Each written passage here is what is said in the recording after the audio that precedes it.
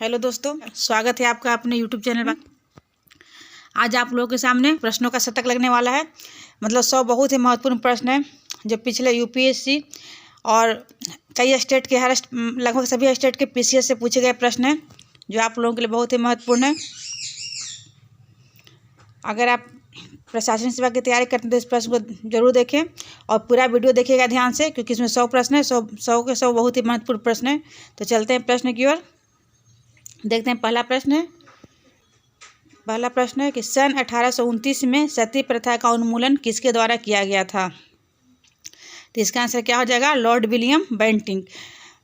सती प्रथा का उन्मूलन कब किया गया था? 1829 ईस्वी में। किसके द्वारा किया गया था? लॉर्ड विलियम बेंटिंक के द्वारा।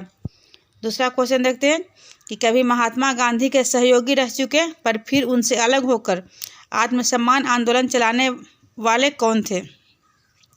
यहाँ दो चलाने, एक ही चलाने हो जाएगा। तो कौन है? EV Ramaswamy Nayyar.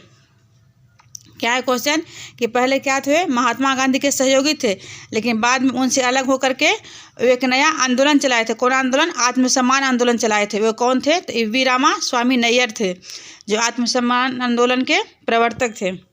Question number तीसरा देखते हैं। एक साप्ताहिक के रूप में यंग इंडिया का शुभारंभ किसने किया था? जो यंग इंडिया पत्रिका थी उसको साप्ताहिक पत्रिका के रूप में उसका शुरुआत किसने किया था? तो होम रूल पार्टी ने किया था। एक साप्ताहिक के रूप में यंग इंडिया का शुभारंभ किसके द्वारा किया गया था? तो होम रूल पार्टी के द्वारा साप्ताहिक पत्रिका उसकी शुरुआत हुई थी। अगला क्वेश्चन है क्वेश्चन नंबर 4 कि भारतीयों द्वारा अंग्रेजी भाषा में प्रकाशित प्रथम समाचार पत्र कौन था? इसका आंसर क्या हो जाएगा? हिंदू पैट्रियार। जो हिंदू पैट्रियार पत्रिका था वो कैसा था?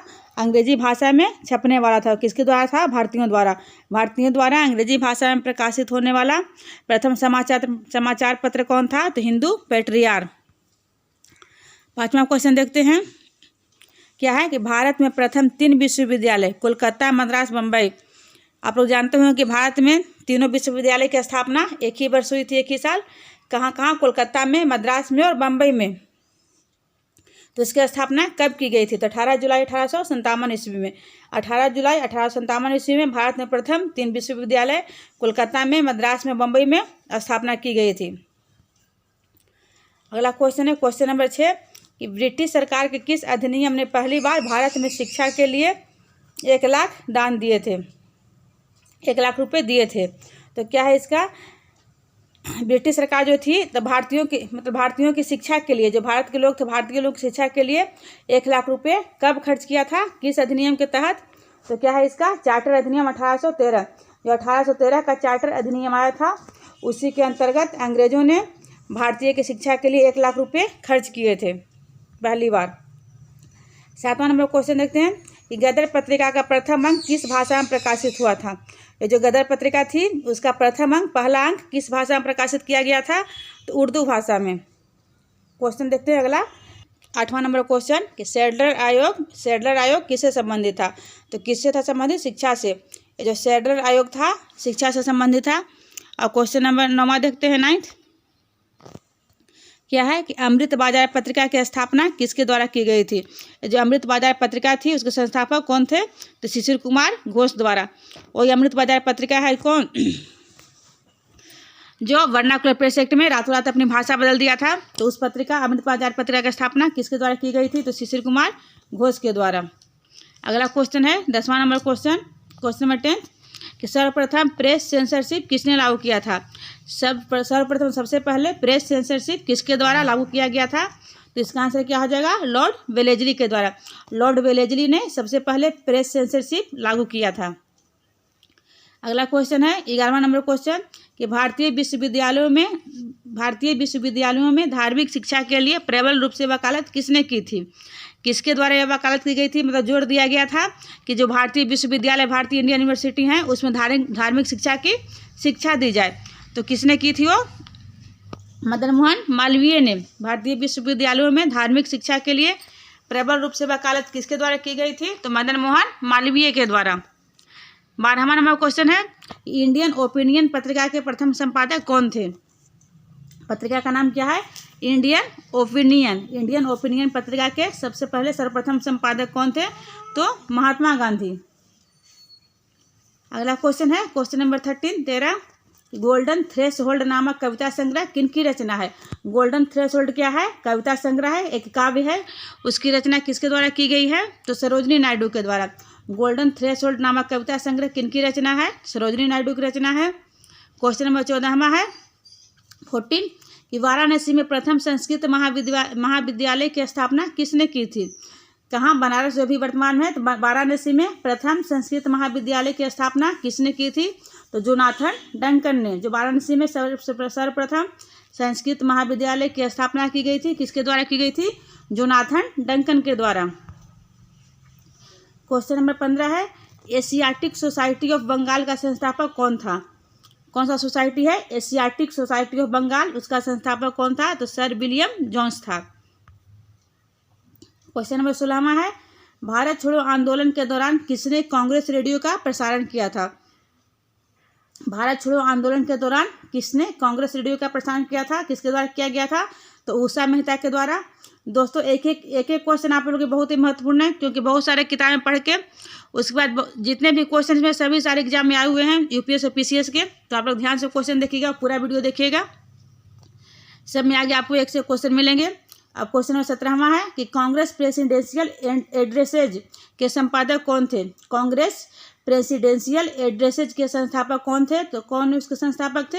जीएन नोटेशन के द्वारा कांग्रेस प्रेसिडेंशियल एड्रेस के स्थापना की गई थी। अगला क्वेश्चन देखते हैं क्वेश्चन नंबर 18 1920 ईस्वी में लाहौर से लाला लाजपत राय द्वारा उर्दू का कौन सा समाचार पत्र आरंभ किया गया था? कब किया गया था? देख लीजिए 1920 ईस्वी में लाहौर से लाला लाजपत राय द्वारा उर्दू का कौन सा समाचार पत्र आरंभ किया गया था? तो कौन सा समाचार पत्र था? वंदे मातरम। 1920 ईस्वी में लाहौर से लाला लाजपत राय के द्वारा आरंभ किया गया था। किस भाषा में? उर्दू में। वंदे मातरम जो समाचार पत्र उर्दू का समाचार पत्र था, जो 1920 में लाला लाजपत राय उसकी शुरुआत किए थे। अगला क्वेश्चन देखते हैं क्वेश्चन नंबर 19वां कि सर्वप्रथम भगवत गीता का अंग्रेजी अनुवाद किसने किया था? जो भगवत गीता है हिंदुओं की धार्मिक पुस्तक, तो सर्वप्रथम भगवत गीता का अंग्रेजी अनुवाद किसने किया था? तो चार्ल्स विल्किंस ने। चार्ल्स विल्किंस के द्वारा भगवत गीता का अंग्रेजी में अनुवाद किया गया था सर्वप्रथम। अगला क्वेश्चन है क्वेश्चन नंबर 20 कि बनारस हिंदू विश्वविद्यालय का शिलान्यास किसने किया था? जो बनारस हिंदू विश्वविद्यालय BHU है, उसका शिलान्यास किसके द्वारा किया गया था? तो मदन मोहन मालवीय के द्वारा। मदन मोहन मालवीय ने बनारस हिंदू विश्वविद्यालय का शिलान्यास किया था, उद्घाटन। अगला क्वेश्चन है क्वेश्चन नंबर 21 21वां कि ब्रिटिश पत्रकार H.W. नेविंसन किस आंदोलन से जुड़े थे? कौन थे? ब्रिटिश पत्रकार H.W. नेविंसन जो थे वो किस आंदोलन से जुड़े थे? तो कौन से आंदोलन से? भारत छोड़ो आंदोलन से। ये जो H.W. नेविंसन थे भारत छोड़ो आंदोलन में गांधी जी की बहुत ही सहायता किए थे, वो उनकी बातों को पहुंचाए थे हर जगह। तो ब्रिटिश पत्रकार H.W. नेविंसन किस आंदोलन से जुड़े थे? तो भारत छोड़ो आंदोलन से। अगला क्वेश्चन देखते हैं क्वेश्चन नंबर 22 कि किसने स्नातक की उपाधि ग्रहण करते समय बंगाल के गवर्नर स्टेनले जैक्सन पर गोलियां चलाई थी? तो क्या उसका उत्तर होगा? बीना दास। क्या था? उपाधि ग्रहण समारोह था। कहाँ हुआ था? बंगाल में, कलकत्ता में। और उसी का कलकत्ता का गवर्नर बंगाल का कौन था? वो गवर्नर स्टेनले।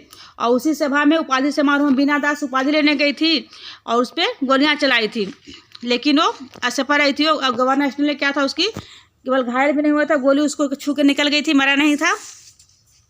तो क्या किसने स्नातक की उपाधि ग्रहण करते समय बंगाल के गवर्नर स्टेनले जैक्सन पर गोलियां चलाई थी? तो कौन थी वो? बीना दास। अगला क्वेश्चन है 23 नंबर क्वेश्चन कि बनारस हिंदू विश्वविद्यालय के संस्थापक कौन थे? पिछले पहले पढ़ो, इसके पहले क्या कि बनारस हिंदू विश्वविद्यालय उसके शिलान्यास कौन के? उद्घाटनकर्ता कौन थे?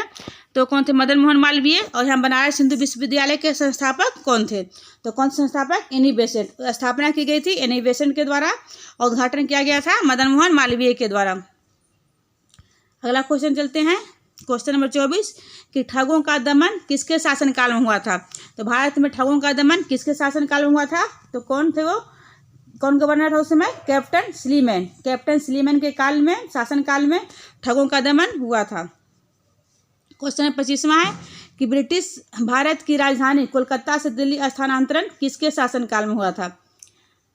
पहले भारत की राजधानी, ब्रिटिश भारत की राजधानी कहाँ थी? कोलकाता।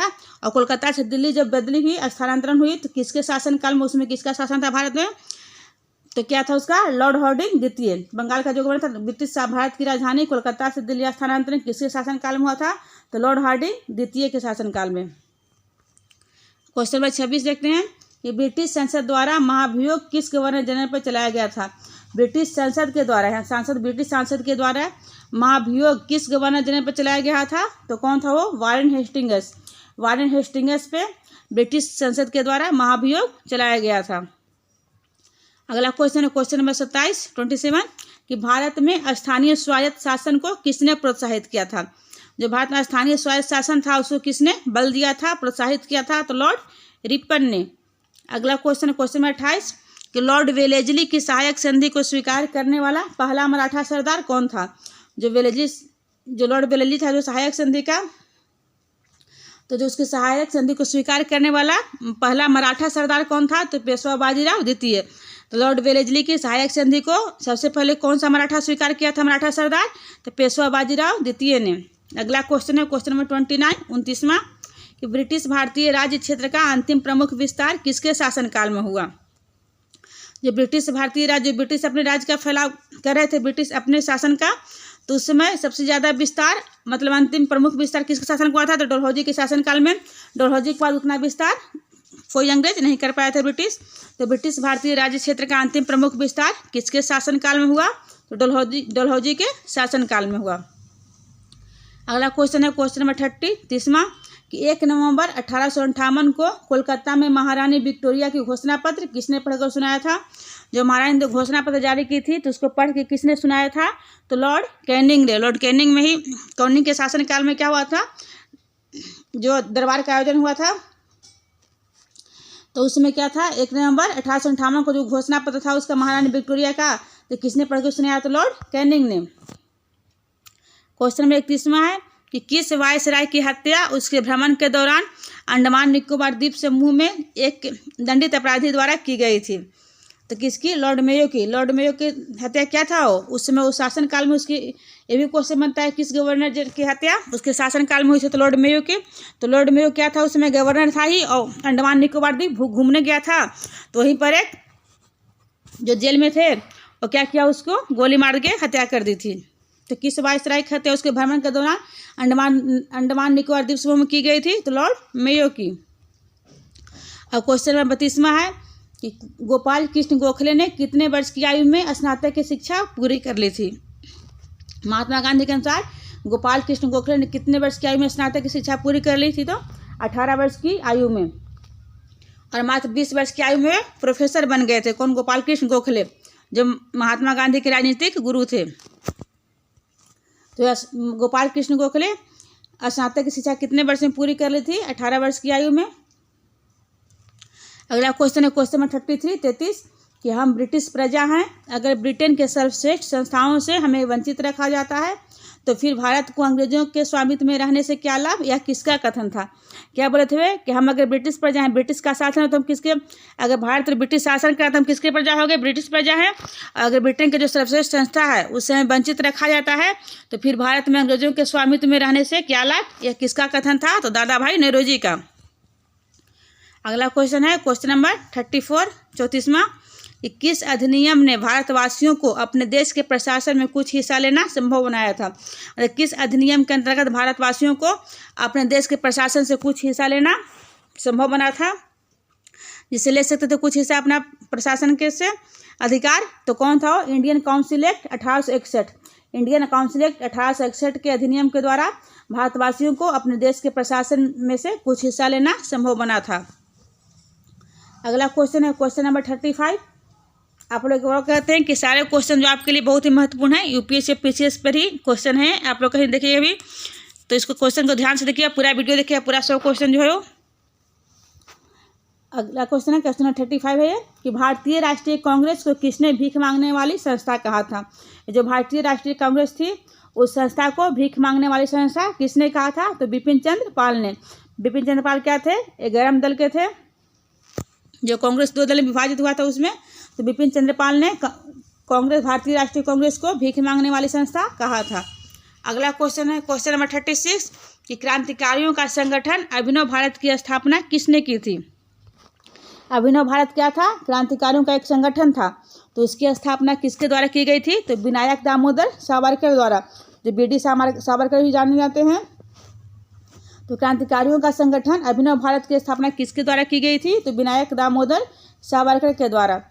अगला क्वेश्चन है क्वेश्चन नंबर 37 क्या कि भारतीय संघ या इंडियन एसोसिएशन के संस्थापक कौन थे? जो भारतीय संघ था उसके संस्थापक कौन थे? तो सुरेंद्रनाथ बनर्जी। अगला क्वेश्चन है क्वेश्चन 38 कि नील क्रांति का नेतृत्व किसने किया था? जो नील क्रांति यहाँ का बंगाल का क्रांति था, नील क्रांति बंगाल में जो हुआ था उसका नेतृत्व किसने किया था? तो दिगंबर बिश्वास एवं विष्णुचरण विश्वास, विश्वास बंधु के नाम से जाने जाते हैं। तो ये जो विश्वास बंधु थे, दोनों भाई थे, उन्होंने नील क्रांति का नेतृत्व किया था।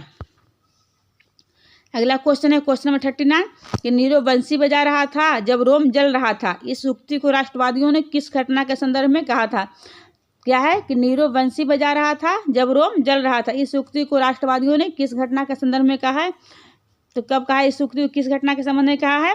तो 1877 के दिल्ली दरबार के आयोजन पर। जब 1877 में जो दिल्ली दरबार का आयोजन हुआ था तो यहाँ के जो राष्ट्रवादी थे, भारतीय जो थे, उन्होंने कहा था कि मतलब भारतीय कष्ट में यहाँ है और क्या है, उन लोग दिल्ली दरबार का आयोजन कर रहा है, जो बहुत खर्च हुआ था उस आयोजन में।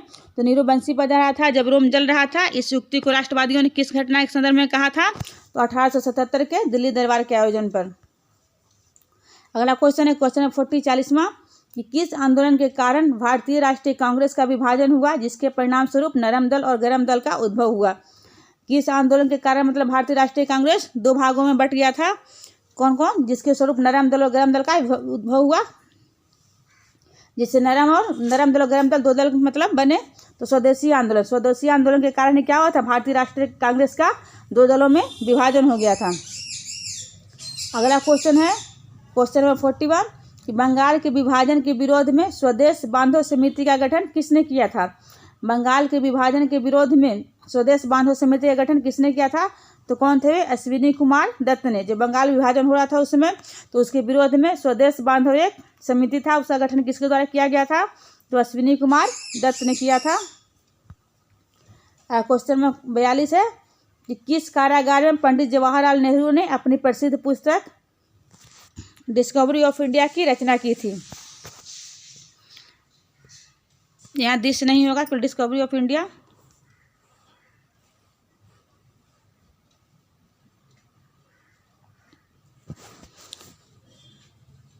क्या है यहाँ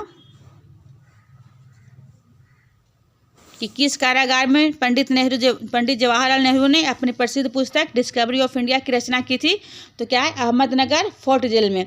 जो अपने पुस्तक भारत की खोज डिस्कवरी ऑफ इंडिया लिखे थे वो किस जेल में लिखे थे उन्होंने, नेहरू जी ने? तो अहमदनगर फोर्ट जेल में।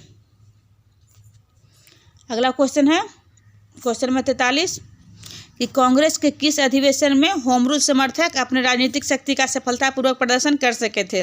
कांग्रेस से कौन सा अधिवेशन था जिसमें जो होम रूल समर्थक थे वो अपने राजनीतिक शक्ति का सफलतापूर्वक प्रदर्शन कर सके थे? तो इसका आंसर क्या हो जाएगा? लखनऊ अधिवेशन, जो 1916 ईस्वी में हुआ था। लखनऊ 1916 ईस्वी का लखनऊ अधिवेशन, उसमें होम रूल समर्थक अपने राजनीतिक शक्ति का सफलतापूर्वक प्रदर्शन कर सके थे। अगला क्वेश्चन है क्वेश्चन नंबर 44 कि कामागाटामारू क्या था? तो कामागाटामारू क्या था? एक कनाडा की यात्रा पर निकला एक जलपोत था, एक जहाज था। कामागाटामारू क्या था? एक जहाज था, पानी का जहाज, जो कनाडा की यात्रा पर निकला था। उसमें भी अंग्रेज बहुत सारे भारतीयों को मरवा दिया था। अगला क्वेश्चन है क्वेश्चन नंबर 45 कि कांग्रेसी नेताओं द्वारा माउंट गेव चेम्सफोर्ड की निंदा करने पर कई नरमपंथियों ने पार्टी छोड़कर कौन सी पार्टी का गठन किया था? नरमपंथी जो नरम दल हो गए, तो क्या थे? जो कांग्रेसी नेताओं जो कुछ क्या किए, कुछ कांग्रेस नेता माउंट गेव चेम्सफोर्ड की निंदा करने लगे, उसका मतलब अपमान, शिकायत करने लगे उसका विरोध करने लगे तो कई नरमपंथी क्या किए, कांग्रेस को छोड़ करके अलग पार्टी के गठन किए थे। तो पार्टी कौन सी थी, तो इंडियन नेशनल लिबरल फेडरेशन। तो इंडियन नेशनल लिबरल फेडरेशन की स्थापना किसके द्वारा की गई थी, पार्टी का गठन किसके द्वारा किया गया था, तो कांग्रेस के नरमपंथी नेताओं द्वारा मॉन्टेग्यू चेम्सफोर्ड की निंदा करने के कारण। अगला क्वेश्चन है क्वेश्चन 46 कि अतिवादियों एवं उदारवादियों, मतलब नरम दल और गरम दल में अतिवादियों हो गए गरम दल और उदारवादी नरम दल। तो अतिवादियों एवं उदारवादियों के पुनर्मिलन की प्रक्रिया में प्रमुख शिल्पी कौन थी, तो एनी बेसेंट। एनी बेसेंट चाहती थी कि दोनों दल क्या हो, कांग्रेस के गरम दल नरम दल दोनों क्या रहे, मतलब मिल के रहें। तो अतिवादी एवं उदारवादी की पुनर्मिलन जो दोनों मिले थे, तो उसमें प्रमुख मिलाने वाली कौन थी, उनको मिलाने में किनका योगदान था, तो एनी बेसेंट का। अगला क्वेश्चन 47 कि जेल में भूख हड़ताल के कारण किस स्वतंत्रता सेनानी की मृत्यु हुई थी। भूख हड़ताल के कारण जेल में कौन नेता भूख हड़ताल किए थे जिसके कारण उनकी मृत्यु हो गई थी, कौन थे, जतिन दास। शायद लगभग 64 दिन का उपवास किए थे वे जेल में भूख हड़ताल, जिसके कारण उनकी मृत्यु हो गई थी। अगला क्वेश्चन है क्वेश्चन 48 कि कांग्रेस के मंच से भारतीय राष्ट्रीय कांग्रेस के किस अधिवेशन में प्रथम बार स्वराज शब्द व्यक्त किया गया था। क्या है, कांग्रेस के मंच से भारतीय राष्ट्रीय कांग्रेस के जो भारतीय राष्ट्रीय कांग्रेस का अधिवेशन था, उसमें कौन से अधिवेशन में पहली बार स्वराज शब्द का उल्लेख किया गया था, उद्भव हुआ था, तो कोलकाता अधिवेशन 1906 में। 1906 का जो कलकत्ता अधिवेशन था उसमें प्रथम बार स्वराज शब्द का प्रयोग किया गया था। अगला क्वेश्चन है क्वेश्चन 49 कि प्रसिद्ध चटगांव शस्त्रागार धावा किसके नेतृत्व में किया गया था। तो चटगांव शस्त्रागार जंग का शस्त्र, बहुत सारे शस्त्र रखे जाते थे, उस पर धावा कौन, उसके धावा करने वाला उसके किसके नेतृत्व में वो धावा किया गया था, आक्रमण किया गया था, तो सूर्यसेन के द्वारा। प्रसिद्ध चटगांव शस्त्रागार धावा किसके नेतृत्व में किया गया था, तो सूर्यसेन के नेतृत्व में। अगला क्वेश्चन है क्वेश्चन 50 कि प्रथम विश्व युद्ध के दौरान भारत में कौन सा आंदोलन लोकप्रिय हुआ था। जब वर्ल्ड वॉर फर्स्ट हो रहा था तो उसमें भारत में कौन सा आंदोलन लोकप्रिय था, तो होम रूल आंदोलन। 51वां क्वेश्चन देखते हैं 51 नंबर 51 कि भारत माता नामक नाटक किसने लिखा था। एक नाटक था, शीर्षक उसका नाम क्या था, भारत माता शीर्षक। तो भारत माता नामक नाटक किसने लिखा था, तो किरण चंद्र बनर्जी ने। शायद वही भारत माता नाटक से ही फिर क्या हुआ था, ये जो स्वतंत्रता सेनानी थे उन्हें भारत माता की जय उद्घोष का शायद वाक्य मिला था, कहीं ऐसा भी लिखा रहता है। तो भारत माता नामक नाटक किसने लिखा था, तो किरण चंद्र बनर्जी ने। क्वेश्चन 52 है 52वां कि जालियांवाला बाग हत्याकांड के जांच हेतु कांग्रेस द्वारा गठित तहकीकात कमेटी के अध्यक्ष कौन थे। जालियांवाला बाग हत्याकांड के लिए कांग्रेस द्वारा कौन सी कमेटी गठित की गई थी, तो तहकीकात कमेटी। उसके अध्यक्ष कौन थे, तो मदन मोहन मालवीय। अगला क्वेश्चन 53 कि बंगाल के कौन से क्रांतिकारी थे जिन्होंने पेरिस में रूस की सहायता से सैन्य प्रशिक्षण प्राप्त कर कोलकाता के मनिकतल्ला में बम बनाने का कारखाना खोला था। वो क्रांतिकारी कहाँ गए थे, बंगाल के थे, जिन्होंने क्या किया था, उन्होंने पेरिस में गए, पेरिस में जा करके रूस की सहायता से सैन्य प्रशिक्षण प्राप्त कर लिया और फिर कोलकाता के मनिकतल्ला में आकर के बम बनाने का कारखाना खोला था। वे कौन थे, तो हेमचंद्र कानूनगो थे। हेमचंद्र कानूनगो ने पेरिस में जाकर रूस से क्या किया, सैन्य प्रशिक्षण प्राप्त कर लिया और फिर कोलकाता आकर कोलकाता के मनिकतल्ला में बम बनाने का कारखाना खोला था हेमचंद्र कानूनगो ने। अगला क्वेश्चन है क्वेश्चन 54 कि 12 अप्रैल 1944 को सुभाष चंद्र बोस ने एक नगर में भारतीय राष्ट्रीय सेना का झंडा फहराया था। वह नगर इस समय किस राज्य या केंद्र शासित प्रदेश में है। कब था, तो 12 अप्रैल 1944 को सुभाष चंद्र बोस क्या किए थे, एक नगर में भारतीय राष्ट्रीय सेना का झंडा फहराए थे।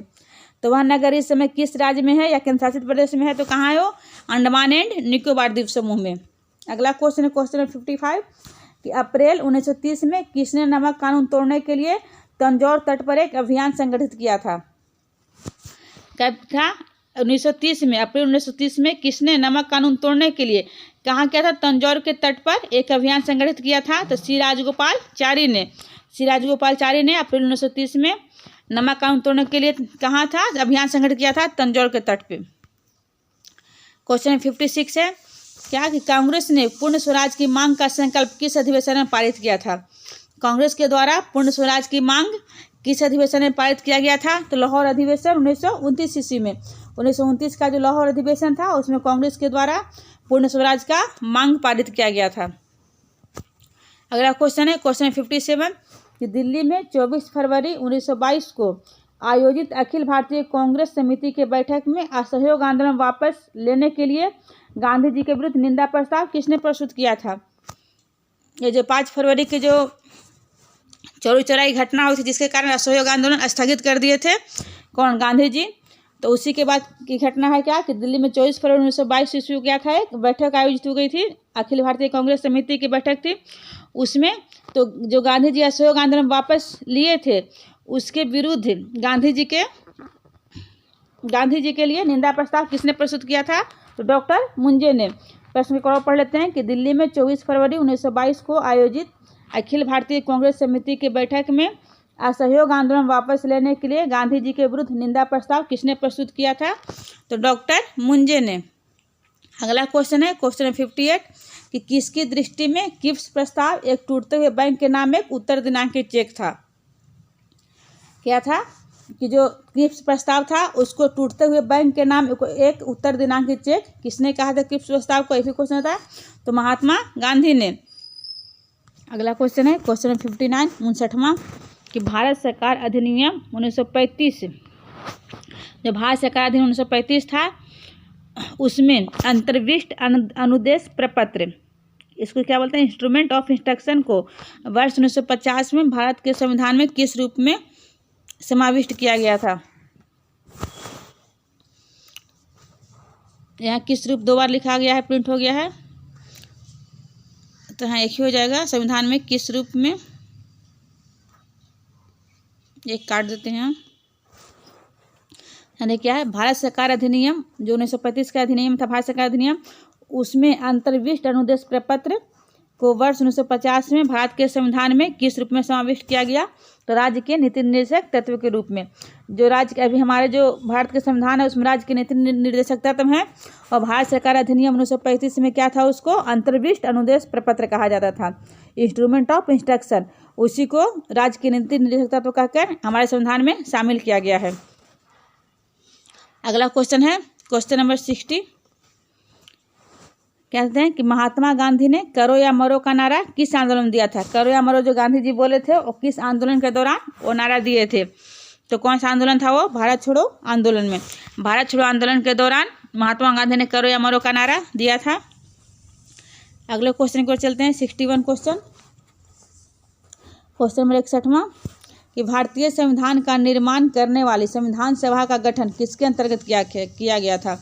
हम जानते हैं भारतीय संविधान का निर्माण संविधान सभा के द्वारा किया गया था, तो उसका गठन किसके अंतर्गत किया गया था? तो कैबिनेट मिशन योजना के अंतर्गत। जो कैबिनेट मिशन योजना था उसी के अंतर्गत संविधान सभा का गठन हुआ था, और फिर उसी संविधान सभा के सदस्यों ने भारत के संविधान का निर्माण किया था। तो अगला क्वेश्चन है क्वेश्चन नंबर 62 कि INA मुकदमे के वकील कौन थे? जो INA जो मुकदमा है बहुत ही प्रसिद्ध है इतिहास, भारतीय इतिहास में, तो उस मुकदमे के वकालत कौन किए थे? तो भूला भाई देसाई ने। शायद लाल किला में भी इसका मुकदमा चला था, तो INA मुकदमे के वकालत कौन किए थे, वकील कौन थे? तो भूला भाई देसाई थे। अगला क्वेश्चन है क्वेश्चन नंबर 63 63वां कि 13 अप्रैल 1919 ईस्वी को अमृतसर के जालियांवाला बाग में काफ़ी संख्या में लोग किसकी गिरफ्तारी के विरोध में एकत्रित हुए थे? 13 अप्रैल 1919 जो भारत के इतिहास में जो काला इतिहास भारत का है, जो खूनी इतिहास से बोलते हैं उसको, जो बहुत ही भयानक घटना हुई थी 13 अप्रैल 1919 को जालियांवाला बाग में, जो 1000 लोग अंग्रेज द्वारा मारे गए थे, तो वहाँ पर लोग जमा हुए थे और किसकी गिरफ्तारी के विरोध में उस बाग में जालियांवाला बाग में एकत्रित हुए थे? तो डॉक्टर सैफुद्दीन किचलू और डॉक्टर सत्यपाल की गिरफ्तारी के विरोध में। जो रॉलेट एक्ट चला था जिसमें वो बिना कहे पूछे सबको क्या करते थे, हिरासत में ले लेते थे अंग्रेज लोग, तो उसी में डॉक्टर सैफुद्दीन किचलू और डॉक्टर सत्यपाल की गिरफ्तारी कर लिए थे उन लोग, तो उसी के विरोध में जालियांवाला बाग में लोग 13 अप्रैल को बहुत ही ज़्यादा संख्या में एकत्रित हुए थे। अगला क्वेश्चन है क्वेश्चन 64 कि 14 या 15 अगस्त 1947 की मध्यरात्रि को, मतलब 14 अगस्त की मध्यरात्रि, तो 15 अगस्त बोलेंगे उसको, तो 15 अगस्त 1947 की मध्यरात्रि को अंतरिम संसद के रूप में किसने सत्ता ग्रहण की थी? जो 14-15 अगस्त 1947 की मध्यरात्रि को 12 बजे के बाद जो अंतरिम संसद में किसने सत्ता ग्रहण की थी? तो संविधान सभा ने। 1914 जब भारत आज़ाद हुआ था तो सत्ता किसके हाथ शासन में आई थी? संविधान सभा के शासन में संविधान सभा ने सत्ता ग्रहण की थी। अगला क्वेश्चन है क्वेश्चन नंबर 65वां कि अमेरिकी नौसेना तथा वायुसेना बेस पर्ल हार्बर। अमेरिकी नौसेना और वायुसेना का बेस क्या था? पर्ल हार्बर, जिसको मोती पोत्राशय बोलते हैं। उस पर जापान ने कब आक्रमण किया था? अमेरिकी नौसेना तथा वायुसेना बेस पर्ल हार्बर या मोती पोत्राशय पर जापान द्वारा कब आक्रमण किया गया था? तो 1941 ईस्वी में। 1941 ईस्वी में जापान ने अमेरिका का जो मोती पोत्राशय था उस पर हमला किया था। अगला क्वेश्चन है क्वेश्चन नंबर 66 कि 31 दिसंबर 1929 ईस्वी को अर्धरात्रि में भारतीय राष्ट्रध्वज किसने फहराया था? कब की घटना है? 31 दिसंबर 1929 को अर्धरात्रि में भारतीय राष्ट्रध्वज किसके द्वारा फहराया गया था? तो जवाहरलाल नेहरू के द्वारा। जवाहरलाल नेहरू ने 31 दिसंबर 1929 को अर्धरात्रि में भारतीय राष्ट्रध्वज को फहराया था।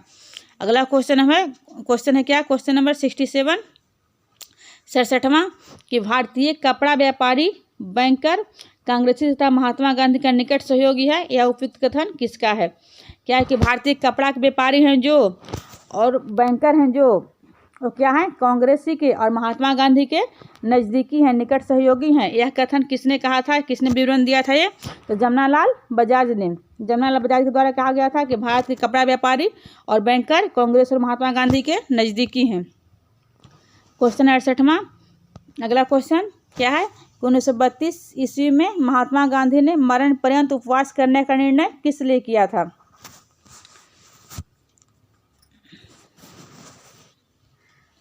क्या है? 1932 ईस्वी में महात्मा गांधी ने मरण पर्यंत उपवास, बोले थे कि भूख हड़ताल हम करेंगे, उपवास करने का निर्णय लिए थे। वो किस कारण के लिए थे? तो रैमजे मैकडोनाल्ड के सांप्रदायिक अधिनिर्णय के द्वारा। जो रैमजे मैकडोनाल्ड था वो सांप्रदायिक अधिनिर्णय लिया था, जिसको कम्युनल अवार्ड भी कहा जाता है। जो घोषणा किया था कि क्या कि सांप्रदायिक अधिनिर्णय, रैमजे मैकडोनाल्ड सांप्रदायिक अधिनिर्णय लेने की जो घोषणा किया था, जिसको कम्युनल अवार्ड भी कहा जाता है, उसके कारण गांधी जी ने मरण पर्यंत उपवास लेने का निर्णय किया था। अगला क्वेश्चन है क्वेश्चन नंबर 69 कि स्वतंत्र भारत के प्रथम विधि मंत्री कौन थे? स्वतंत्र भारत के प्रथम विधि मंत्री कौन थे? तो डॉक्टर भीमराव अंबेडकर थे। अगला क्वेश्चन है क्वेश्चन नंबर 17वां कि कांग्रेस द्वारा सितंबर 1920 में किस स्थान पर असहयोग आंदोलन का स्पेशल सत्र आयोजित हुआ था? मतलब कांग्रेस के द्वारा सितंबर 1920 में किस स्थान पर असहयोग आंदोलन का स्पेशल सत्र आयोजित हुआ था? असहयोग आंदोलन तो पूरे भारत में प्रचलित था, लेकिन स्पेशल सत्र का आयोजन कहाँ हुआ था? तो कोलकाता में। अगला क्वेश्चन है 71 नंबर क्वेश्चन कि आधुनिक भारत के इतिहास के संबंध में शाही थैली क्या थी? जो शाही थैली, जो इतिहास में शाही थैली क्या थी, किससे संबंधित थी? तो क्या था कि भारत के पूर्व देशी राजाओं को भारत सरकार द्वारा दिया गया अनुदान। जो देशी रियासत जो थे भारत के, तो जो भारत सरकार जो उसको अनुदान देती थी वो क्या था? शाही थैली। इंदिरा गांधी के शासनकाल में फिर इसकी समाप्ति हो गई थी।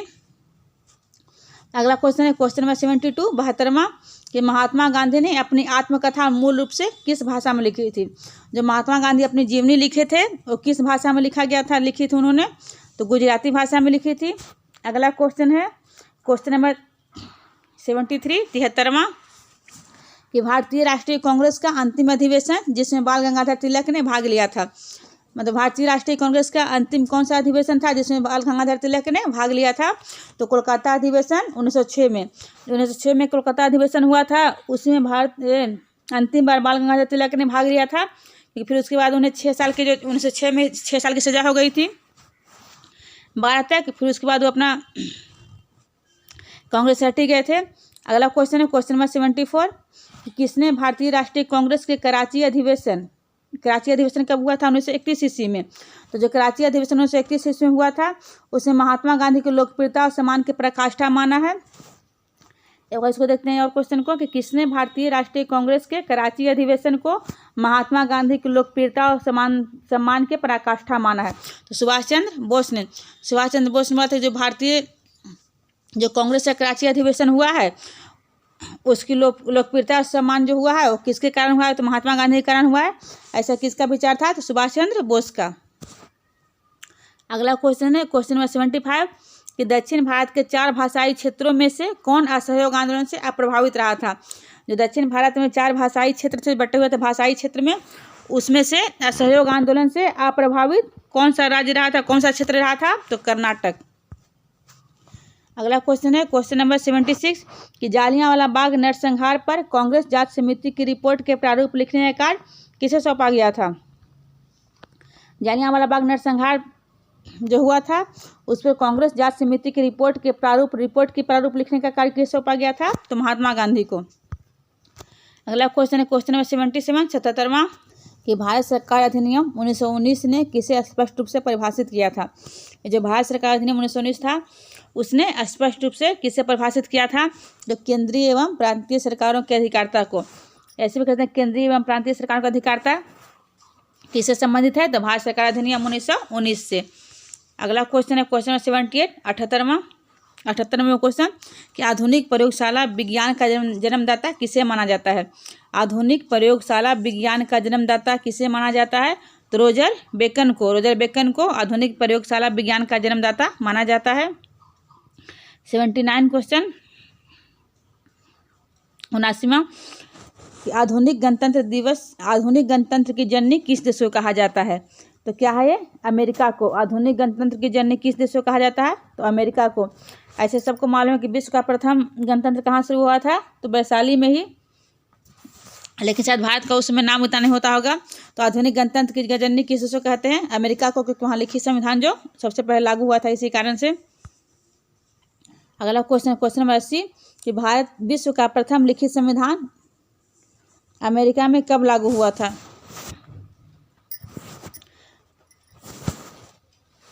यहाँ क्या होगा? रुद्राक्ष नहीं होगा यहाँ। कि विश्व का प्रथम लिखित संविधान अमेरिका में कब लागू, विश्व का प्रथम लिखित संविधान कहाँ था? अमेरिका का था। तो विश्व का प्रथम लिखित संविधान अमेरिका में कब लागू हुआ था? तो 1789 ईस्वी में। 1789 ईस्वी में विश्व का प्रथम लिखित संविधान अमेरिका में लागू हुआ था। अगला क्वेश्चन है क्वेश्चन नंबर 81 क्या है? मैं विश्वास करता हूँ कि मैं संसार का परिवर्तन करने के लिए पैदा हुआ हूँ, यह कथन किसका है? ये क्या बोले थे कि मुझे विश्वास है कि मैं संसार का परिवर्तन करने के लिए पैदा हुआ हूँ, यह किसका कथन है? तो नेपोलियन का। अगला क्वेश्चन है क्वेश्चन 82 82 कि प्रतिनिधि नहीं तो कर नहीं, या बिना प्रतिनिधि कोई कराधान नहीं। दोनों एक ही नारा का, चाहे प्रतिनिधि नहीं तो कर नहीं, या बिना प्रतिनिधित्व कोई कराधान नहीं। यह नारा कब लागू हुआ था? तो कब लागू हुआ था? अमेरिकी स्वतंत्रता संग्राम के दौरान। अमेरिकी स्वतंत्रता संग्राम के दौरान प्रसिद्ध नारा प्रतिनिधि नहीं तो कर नहीं, या बिना प्रतिनिधित्व कोई कराधान नहीं, यह नारा लागू हुआ था। अगला क्वेश्चन है क्वेश्चन नंबर 83 प्रथम विश्व युद्ध के समय अमेरिका के राष्ट्रपति कौन थे? जब फर्स्ट वर्ल्ड वार था उसमें हो रहा था, प्रथम विश्व युद्ध के समय अमेरिका के राष्ट्रपति कौन थे? तो रूजवेल्ट थे। क्वेश्चन नंबर 84 में देखते हैं 84 कि नील नदी का युद्ध किन दो देशों के मध्य हुआ था? नील नदी का युद्ध किन दो देशों के बीच हुआ था? तो इंग्लैंड एवं फ्रांस के बीच। क्वेश्चन नंबर 85 किसने अपनी राजधानी मुर्शिदाबाद से मुंगेर स्थानांतरित की थी? यहाँ भी थोड़ा सा मिसप्रिंट हो गया है, स्थानांतरित हो जाएगा यहाँ। किसने अपनी राजधानी मुर्शिदाबाद से मुंगेर स्थानांतरित की थी? तो मीर कासिम ने अपनी राजधानी कहाँ बनाया था? मुंगेर बनाया था। उसके पहले कहाँ थी राजधानी उसकी? मुर्शिदाबाद। तो ऐसे भी क्वेश्चन आता है कि मुंगेर को राजधानी किसने बनाया था? तो मीर कासिम ने। तो किसने अपनी राजधानी मुर्शिदाबाद से मुंगेर स्थानांतरित की? तो मीर कासिम ने। अगला क्वेश्चन है क्वेश्चन 86 कि बाइबल का जर्मन भाषा में किसने अनुवाद किया था? जो बाइबल पुस्तक है, तो बाइबल का जर्मन भाषा में किसने अनुवाद किया था? तो मार्टिन लूथर ने। जो ईसाइयों की धार्मिक पुस्तक बाइबल है उसका जर्मन भाषा में अनुवाद किसके द्वारा किया गया था? तो मार्टिन लूथर के द्वारा। अगला क्वेश्चन है क्वेश्चन 87 87 नंबर क्वेश्चन कि भारतीय संस्कृति पूरी तरह न हिंदू है न इस्लामी और ना कुछ अन्य, वह सबका संयोजन है, यह कथन किसका है? एक बार और देखते हैं क्वेश्चन को कि भारतीय संस्कृति पूरी तरह न हिंदू है न इस्लामी और ना कुछ अन्य, वह सबका संयोजन है। भारतीय संस्कृति क्या है? सभी धर्मों का संयोजन है। यह किसका कथन है? तो महात्मा गांधी का। महात्मा गांधी ने कहे थे भारतीय संस्कृति के बारे में कि वह पूरी तरह से न हिंदू है न इस्लामी और न ही कोई अन्य धर्म का, वह सभी धर्मों का संयोजन है। 88 में क्वेश्चन है कि 14 या 15 अगस्त 1947 के 14 अगस्त की मध्यरात्रि को 14 अगस्त 1947 की मध्यरात्रि को केंद्रीय असेंबली में सारे जहां से अच्छा और जन गण मन गीत किसने गाया था?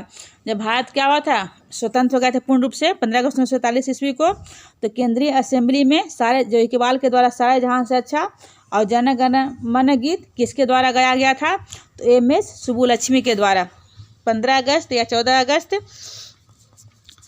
1947 की मध्य रात्रि को केंद्रीय असेंबली में सारे जहां से अच्छा और जन गण मन गीत किसके द्वारा गाया गया था? तो एम.एस. सुब्बुलक्ष्मी के द्वारा। अगला क्वेश्चन है क्वेश्चन नंबर 89 कि मात्र 16 वर्ष की आयु में किस नृत्यांगना को रविन्द्रनाथ टैगोर ने कथक सामग्री कहकर गौरवान्वित किया था? यहाँ कथक सामग्री नहीं होगा, साम्राज्ञी होगा, सम्राटी।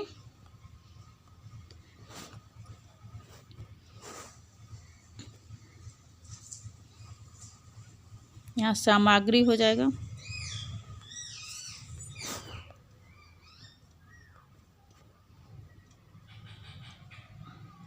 कथक सामग्री।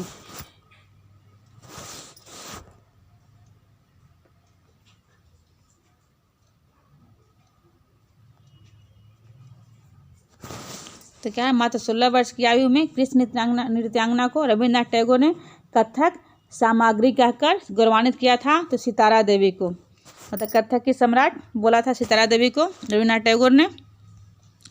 अगला क्वेश्चन है क्वेश्चन नंबर 90 कि भवभूति अलंकरण सम्मान किस राज्य के साहित्य सम्मेलन द्वारा दिया जाता है? कौन सा अलंकरण है? भवभूति अलंकरण। जो भवभूति अलंकरण सम्मान है वो किस राज्य के साहित्य सम्मेलन के द्वारा दिया जाता है? तो इसका आंसर क्या हो जाएगा? मध्य प्रदेश की सरकार के द्वारा भवभूति अलंकरण सम्मान दिया जाता है। अगला क्वेश्चन है 91 नंबर क्वेश्चन 91 कि भारत महोत्सव की शुरुआत 1982 ईस्वी में हुई थी, तो इसका प्रथम आयोजन कहाँ हुआ था? ये जो भारत महोत्सव है उसकी शुरुआत कब हुई थी? 1982 ईस्वी में। तो भारत महोत्सव का प्रथम आयोजन कहाँ हुआ था? तो ब्रिटेन में हुआ था। अगला क्वेश्चन है क्वेश्चन 92 कि सिक्किम के लेप्चा जनजाति द्वारा, ये भी एक लेप्चा जनजाति कहाँ की है? सिक्किम की। तो सिक्किम के लेप्चा जनजाति के द्वारा कंचनजंगा पर्वत के प्रति कृतज्ञता अर्पित करने के लिए यहाँ क्या जो है कौन सा त्यौहार मनाया जाता है? थोड़ा सा मिसप्रिंट हो गया है क्या है? सिक्किम के लेप्चा जनजाति के द्वारा कंचनजंगा पर्वत के प्रति कृतज्ञता अर्पित करने के लिए यहाँ कौन सा पर्व हो जाएगा? कौन सा पर्व मनाया जाता है? कौन सा पर्व मनाया जाता है? तो कौन सा होगा? तेंदुंग हो जाएगा। तो सिक्किम के लेप्चा जनजाति द्वारा कंचनजंगा पर्वत के प्रति कृतज्ञता अर्पित करने के लिए कौन सा पर्व मनाया जाता है? तो तेंदुंग। तेंदुंग क्या है? एक पर्व है। तेंदुंग एक त्यौहार है जो किसके द्वारा मनाया जाता है? सिक्किम के लेप्चा जनजाति के द्वारा जो कंचनजंगा पर्वत है उसके प्रति कृतज्ञता अर्पित करने के लिए। तो यहाँ से मिसप्रिंट हो गया, लेकिन ध्यान दीजिएगा आप लोग कि तेंदुंग क्या है? तेंदुंग त्यौहार है जो सिक्किम के लेप्चा जनजाति के द्वारा मनाया जाता है। अगला क्वेश्चन है क्वेश्चन 93 नंबर क्वेश्चन कि भारत के संविधान का संरक्षक किसे कहा गया है? भारत के संविधान का संरक्षक किसे कहा गया है? सर्वोच्च न्यायालय को। क्वेश्चन नंबर 94 है कि मुख्यमंत्री की नियुक्ति किस अनुच्छेद के अंतर्गत की जाती है? इसका आंसर क्या हो जाएगा? अनुच्छेद 163। क्वेश्चन है क्वेश्चन 95 नोटा मतलब क्या था? नन ऑफ द एबव को मान्यता उच्च न्यायालय द्वारा कब दी गई थी? जो नोटा होता है वोट में, तो नोटा को मान्यता उच्च न्यायालय द्वारा नोटा को मान्यता कब दी गई थी? तो 2013 में। और जो 17वें लोकसभा चुनाव हुआ था सबसे ज़्यादा नोटा भी दबाने का रिकॉर्ड किसके द्वारा हुआ था? बिहारियों के द्वारा ही, बिहार राज्य के द्वारा ही। तो नोटा को मान्यता उच्च न्यायालय द्वारा कब दी गई थी? 2013 में। अगला क्वेश्चन है क्वेश्चन नंबर 96 किस वर्ष मतदान की आयु 21 वर्ष से घटाकर 18 वर्ष कर दी गई? अभी मतदान की आयु कितनी है? 18 वर्ष है। पहले कितनी थी? 21 वर्ष। तो किस वर्ष मतदान की आयु 21 वर्ष से घटाकर 18 वर्ष कर दी गई? तो 1988 ईस्वी में। 1988 ईस्वी में मतदान की आयु 21 से घटाकर 18 वर्ष कर दी गई। अगला क्वेश्चन है क्वेश्चन नंबर 97 कि भारत के मुख्य चुनाव आयुक्त को किसके द्वारा नियुक्त किया जाता है? तो जो भारत के मुख्य चुनाव आयुक्त होते हैं उन्हें किसके द्वारा नियुक्त किया जाता है? तो राष्ट्रपति के द्वारा। अगला क्वेश्चन है क्वेश्चन नंबर 98 कि संविधान सभा द्वारा अपनाया गया संविधान किस भाषा में था। ये जो संविधान अपनाए थे उस संविधान सभा द्वारा अपनाया गया संविधान किस भाषा में था, तो अंग्रेजी भाषा में जो मूल संविधान था वो। अगला क्वेश्चन है क्वेश्चन नंबर 99 कि किस अनुच्छेद के अंतर्गत संघ का यह कर्तव्य है कि वह हिंदी भाषा का प्रचार प्रसार और उसका विकास कर सके। मतलब जो भारत का संघ भारत है, जो संघ है भारत, उसका क्या है, यह कर्तव्य है कि वह हिंदी भाषा का प्रचार प्रसार और उसका विकास कर सके, हिंदी मातृभाषा उसकी। तो ऐसा किस अनुच्छेद में लिखा हुआ है, तो अनुच्छेद 351 में। अगला क्वेश्चन है क्वेश्चन नंबर 100 और इस वीडियो का लास्ट क्वेश्चन है, अंतिम क्वेश्चन कि बिहार के किस व्यक्ति विशेष को अजात शत्रु कहा जाता है। बिहार के किस व्यक्ति विशेष को अजात शत्रु कहा जाता है, तो डॉक्टर राजेंद्र प्रसाद को, जो क्या थे, भारत के प्रथम राष्ट्रपति थे। तो बिहार के किस व्यक्ति विशेष को अजात शत्रु कहा जाता है, तो डॉक्टर राजेंद्र प्रसाद को। दोस्तों उम्मीद है आपको ये वीडियो अच्छा लगेगा। बहुत ही महत्वपूर्ण वीडियो क्वेश्चन है, इसको आप लोग देखिएगा ध्यान से।